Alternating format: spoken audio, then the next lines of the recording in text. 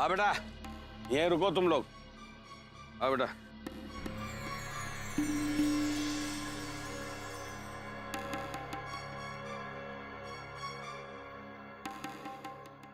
अरे ये सवेरे से का घन चक्कर के जैसे घुमाए जा रहे हो? मतलब अब यहाँ का है, पुलिस स्टेशन भी का प्रतिज्ञा के नाम करना है, बताई दो। ए बेटा, चुपचाप वहीं अंदर चलो, समझो। बाद में सारा माजरा समझ में आ जाएगा, समझो। चलो। मैं पढ़ा रहे हैं। चलो। दरोगा। ओ कहो दरोगा। हाँ है। भैया, भैया यहाँ पर। भैया, भैया आप यहाँ। मम्मी, मम्मी, आप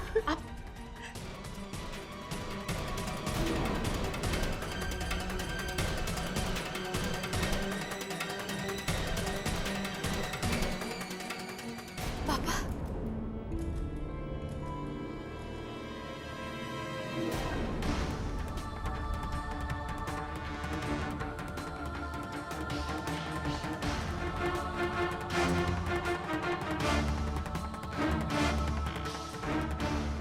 पापा। अरे दरोगा जी, प्रोफेसर साहब को क्या अंदर कर दिए? थोड़ी जच रहे हैं यार। वो कहा है ना, उन्होंने अंगद यादव का खून कर दिया है।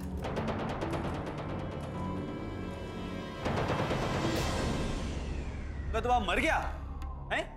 अरे अरे, ये तो एकदम ऋषि मुनि है, यही का किसी का खून करेंगे? कैसी बातें कर रहे हैं? का कहीं कर रहे हैं? ए बाबा, हटो, हटा आगे से। काम है यादव जी। अरे बड़ा सूना सूना लग रहा है तुम्हारा सिविल लाइन। हाँ, ये थाना कहाँ है? ठाकुर शिवनंदन सिंह सीओ, पीसी पाठक, डीपी शुक्ला कहाँ गए सब हैं? खैर छोड़ो, जाए तो ये बताओ कि ये FIR लिखी कि नहीं लिखी, पहले ही बताओ। अभी कहाँ लिखी, आप ही का इंतजार कर रहे थे ठाकुर साहब। बहुत अच्छा किया। अब लिखना भी मत। अब एक काम करो, हैं? चुपचाप इनको वहां से बाहर निकालो और मामले को रफा दफा करो, समझो कि नहीं? बाकी हम देख लेंगे। जी जी। हवलदार, जरा प्रोफेसर वाह को छोड़ दो। नहीं इंस्पेक्टर साहब,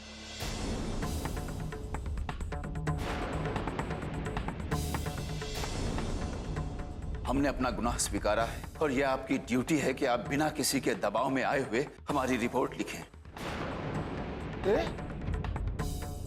अरे कलयुग है प्रोफेसर साहब, सत्यवादी बनने से कोनो काम नहीं चलेगा तुम्हारा। और तुम काहे यार जिद की हो सूली पर चढ़ने की? अरे तुम्हारा स्कूल ना कि 15 मिनट में मुर्गा बना के छोड़ दिया जाएगा। जेल है जेल, 14 साल की जेल, जिंदगी सड़ जाएगी। और तुम बच्चों जैसी जिद कर रहे हो, समझो का नहीं यार? अरे प्रोफेसर साहब, ये समझ लो कि यहाँ चुपचाप तो बाहर निकल के आए जाओ, यही में हम सब की भलाई है। ये तो बहुत खुशकिस्मत हो कि हम सही वक्त पे आएंगे, नहीं तो झेल जाते हो, समझो कि नहीं? हमें किसी की मदद की जरूरत नहीं है। हमने गलती की है और हम उसके लिए सजा भुगतने के लिए तैयार हैं।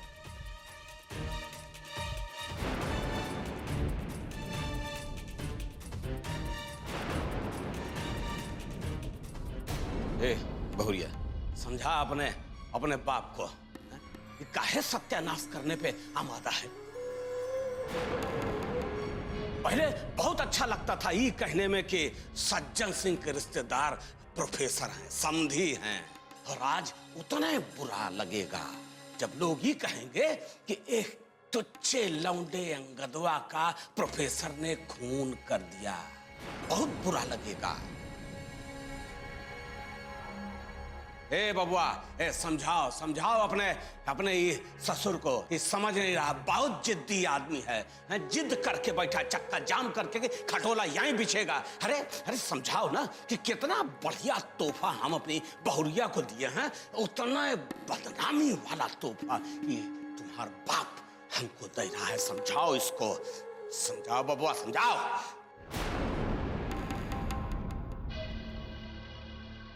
तो हे प्रोफेसर समझ जाओ, इलेक्शन हमारे मूड़े पे है, सिर पे है, समझो। अब भाई नहीं, एकदम शांत रहो, चुपचाप बाहर आ जाओ, समझो। इलेक्शन याद रखियो, इलेक्शन।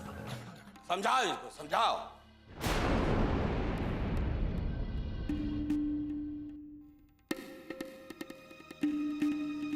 बाबूजी कौन तोहफा दे के खातिर नईकी बहुरिया का बाहर लेके गए हैं? कहूँ ऐसा तो नहीं कि जमीन जायदाद ओखरे नाम कर दें? अरे 30 साल से ही घर में जूत रहे हैं, एगो टिकुली बिंदी तो ला के दिए नहीं हमको, और उसके नाम जमीन जायदाद करेंगे। एगो झुनझुन्ना पकड़ा के खुश कर देंगे उसको। बालू का काम करते हैं, बालू से तेल कैसे निकालते हैं इसकी आदत हो गई है उनको। खेल तुमको समझ में नहीं आएगा, हम जानते हैं ना। जो काम एक बार ठान लिए वो पूरा करके रहेंगे। अभी चुनाव जीतने का भूत सवार है तो जीत भी जाएंगे, और चुनाव जीतने के लिए गुरु माँ उनको जो जो गुर सिखाएंगी सब सीखेंगे। अरे यहाँ तक कि अगर प्रतिज्ञा का गोड़ धो के पीना पड़े ना तो भी पी लेंगे। और एक बार चुनाव जीत गए तो वह पिया हुआ पानी उसके मुंह पर थूक भी देंगे। नहीं अम्मा, प्रतिज्ञा ऐसी नहीं है कि कौनो भी छूट का फायदा उठाए। वो अपने ससुर को कब्बो ऐसा काम नहीं करने देगी। हाँ, तुम ही जानती हो ना प्रतिज्ञा कौन सबसे ज्यादा। देखो कैसे बोल रही है, जैसे उसी का दिया हुआ सांस लेती है घर में। और जिसका खाती है उसका तो गाया कर। आजकल जिसको देखो सब हमको समझाने के लिए आ जाता है। अब समझा रहे हैं। पापा, आखिर ये सब हुआ कैसे? वो अंगद हमसे बदतमीजी से बात कर रहा था, हमें गुस्सा आ गई, हमने उसे ढकेल दिया।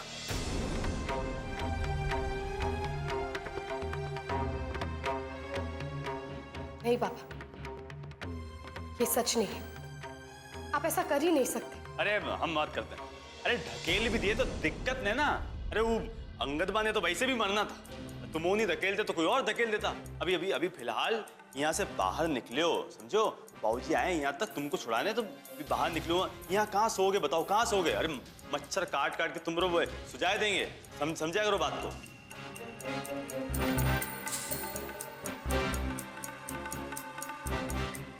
भैया आप ही समझाइए ना पापा को। हमारी तो कुछ समझ में नहीं आ रहा है कि आखिर वो ऐसा क्यों कर रहे हैं। अरे समझाओ साले साहब, समझाओ, तुम्हारे पापा हैं, समझाओ उनको। सब परेशान है यहाँ। अरे काहे सबको परेशान कर रहे हैं अपनी खातिर, हैं? क्या चाहते का हो? यहाँ लोग बैठ के प्रधानमंत्री को चिट्ठी लिखते हैं बाहर आने के लिए, चिट्ठी। और तुम वो यहाँ बैठने जेल में रहने के लिए तड़प रहे हो, मचल रहे हो। तुम का चक्कर का है? हम किसी को परेशान नहीं कर रहे हैं। हमने खून किया है तो हम कैसे कहते हैं कि हमने नहीं किया है? हाँ, बहुत बहादुर हो ना तुम, हैं? अरे भौंकते पिल्ले हो, कंकड़ तो मार नहीं पाते यार। तुम बात कर रहे हो खून की, छोड़ो ये सब, चलो चलो बाहर निकलो। अरे खोल बो यार। उस वक्त हम बहुत गुस्से में थे, अपना आपा खो बैठे थे हम। तुमको गुस्सा भी आता है? ये बताओ, मतलब गुस्सा आता है तुमको? अरे हम तो शादी से पहले तुमको इतना परेशान किए, कभी तो गुस्सा किए नहीं। अब तुमको इतना गुस्सा आ गया, अंगद बा को जान से मार दी। बात करते हैं तुम हमारे सामने। देखो ये सब बातें छोड़ो, फिलहाल बाहर आओ, सबको तंग मत करो। तुम सब आए हुए यहाँ पे, चलो बाहर चलो चलो। नहीं, हम किसी भी कीमत पर बाहर नहीं आएंगे। हमने ये निर्णय बहुत ही सोच समझ कर लिया है। आप लोग हमें हमारे हाल पर छोड़ दीजिए। कृष्णा, देखो बेटा, तुम प्रतिज्ञा को यहां से लेकर जाओ, चाहो तुम यहां से लेकर इसे। पापा आप ऐसा क्यों कह रहे हैं? हम सब लोग आपको ऐसी हालत में नहीं देख सकते। देखिए ना मम्मी की कितनी बुरी हालत है, और भैया भी कितना परेशान है। प्लीज पापा बाहर आ जाइए। पापा, पापा प्लीज आप बस बाहर आ जाइए। हम लोग आपके बगैर नहीं रह सकते। अरे इतना बोल रहे हैं सब, काहे परेशान कर रहे हो यार तुम सबको? सुनिए जी, आप हमारी बात नहीं सुन रहे, कम से कम इन बच्चों की बात तो सुन लीजिए।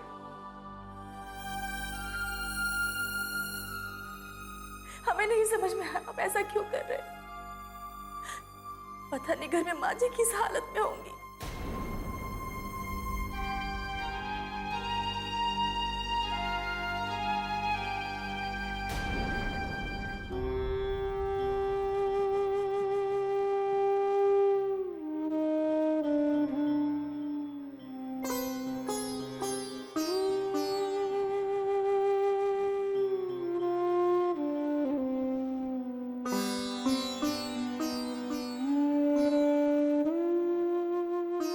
पता नहीं क्या हो रहा है।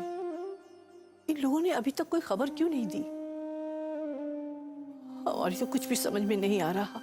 शामू को क्या हो गया है? कोमल बेटा, जरा तुम ही आदर्श को फोन लगाकर पूछो ना, हमारी शामू को क्या हुआ है। वो लोग अभी तक आए क्यों नहीं?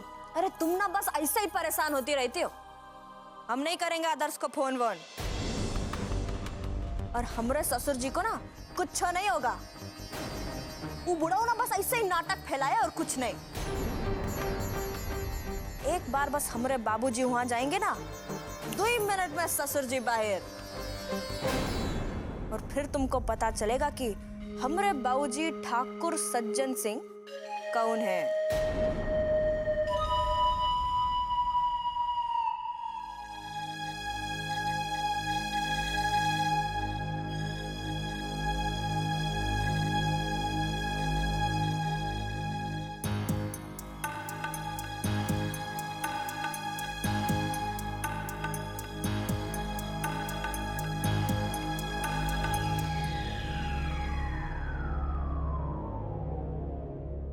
तनिक ये बताइए, ये चोट आपको कब और कैसे लगी? इंस्पेक्टर साहब, हम कल बाइक से जा रहे थे और बहुत बारिश आ रही थी। बाइक स्लिप कर गई और ये जरा सी चोट लग गई है। पक्का ना? मतबली के का सही बोल रहे हो? कुका है ना, बहुत मर्तबा फटफटिया तो फिसलती नहीं, पर फिर भी लोगों को चोट लग जाती है। क्या पता अंगदवा का खून तुम ही ने किया हो, और तुम्हें बचाने की खातिर तुम्हारे पापा तुम्हारा इल्जाम अपने सर ले रहे हो, क्योंकि किसी का खून करने की उम्र तो उनकी रही नहीं। ऐसा कुछ भी नहीं है इंस्पेक्टर साहब, और ना ही हमारे पापा ने अंगद का खून किया है। खून नहीं किया है तो काहे कबूल किए पड़े हैं? बताइए। दे सकती है, बैनर पोस्टर सब भिजवा दे। ए भैया जमाई बाबू, हमें यार ये समझे में नहीं रहे हैं यार। ए बेटा देखो, इलेक्शन का टाइम चल रहा है, हम पूरा समय यहाँ नहीं दे सकते यार, समझा दो।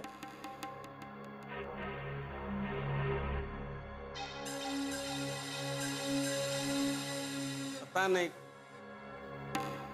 ए बाबा, अरे तुम्हारे ससुर के दिलेरी में तनिको शांति आई कि नहीं आई यार? अरे समझ में नहीं आ रहा है उनके, कुछ माने नहीं रहे हैं। अरे कहाँ माने?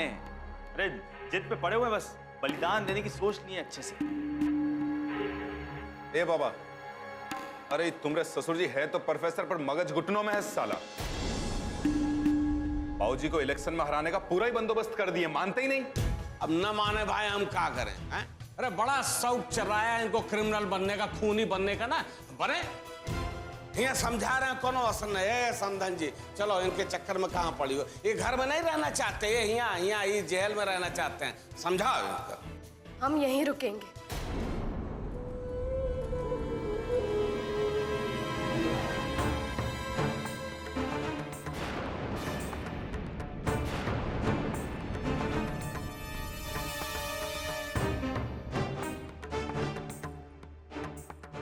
भैया ये कौनो होटल ना कि पूरा परिवार ही आके पिकनिक मनावे बैठा है। और तुम्हारे जो बाबूजी है ना, इनको तो ये जेहल जो है 14 लाख की हवेली लग रही है, इनको चिंता नहीं है, यहीं रहना है।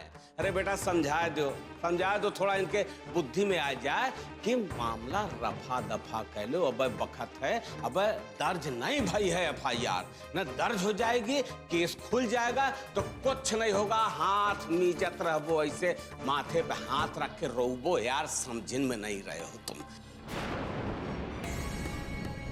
अरे भैया महाराज, फांसी पे चढ़ने का इतना शौक है तो इलेक्शन तक रुक जाओ, उसके बाद हम यो इंतजाम तोरे लिए करवा देंगे, तुम्हारी इच्छा पूरी करवा देंगे भैया, मान जाओ।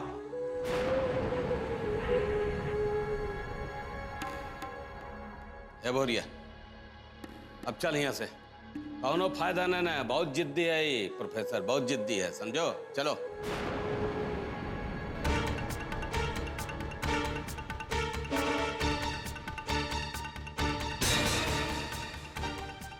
अरे हम कह रहे हैं ना कि कौनो फायदा नहीं है, चलो।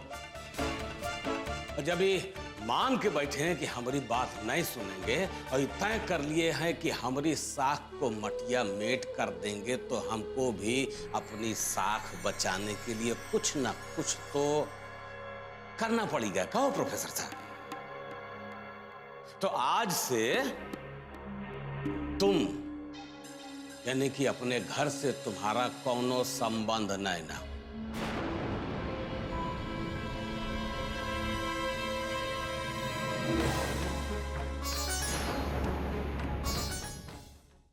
तुम अब ठाकुर सज्जन सिंह के परिवार की बहू हो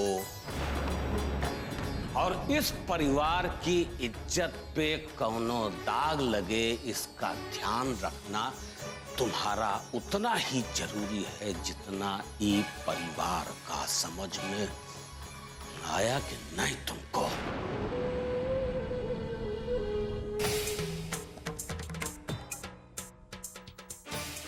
अब ये कौन सी शर्त ले आओ हैं? हमेशा नई नई शर्तें पैदा करते हो यार तुम। बार या ससुर के दामाद, क्यों? अपने बापे से सवाल पूछ रहे हो बेटा? इनकी बेल कराने के लिए हम सब काम छोड़ के ही आए और ये हमको बेले पड़े हैं। देखिए, हम आप लोगों के आगे हाथ जोड़ते हैं,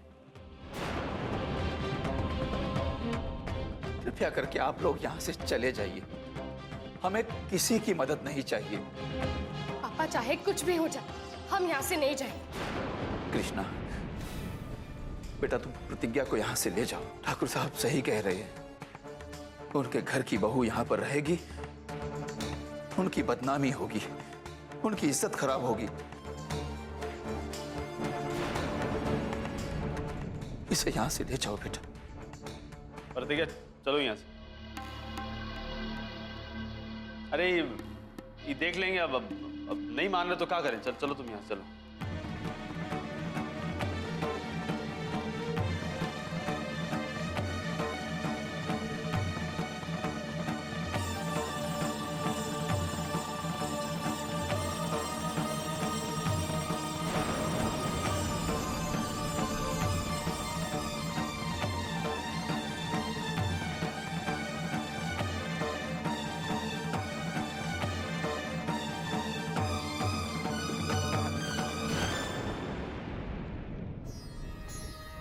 पापा अभी भी वक्त है, आप जिद मत कीजिए, आप अभी भी छूट सकते हैं। अब हम आप लोगों को कैसे समझाएं? हम नहीं चाहते कि इस घटना की जांच पड़ताल हो और वो तमाम बातें सामने आ जाएं जिनको छिपाने के लिए यह सब कुछ हुआ है। अंगद जहां मारा गया, हम वहां पर मौजूद थे। ये बात एक ना एक दिन सबके सामने आ ही जाएगी। इसीलिए हमने अपना गुनाह कबूल करके उठने वाले तमाम सवालों को यहीं पर खत्म कर दिया। हमें यह भी डर है कि जांच के दौरान यह बात भी सामने आ जाएगी कि अंगद ने प्रतिज्ञा का किडनैप किया था। ये सब सोच समझ कर ही हमने ये अपराध स्वीकारा है। हम किसी भी कीमत पर नहीं चाहते कि प्रतिज्ञा की जिंदगी बर्बाद हो।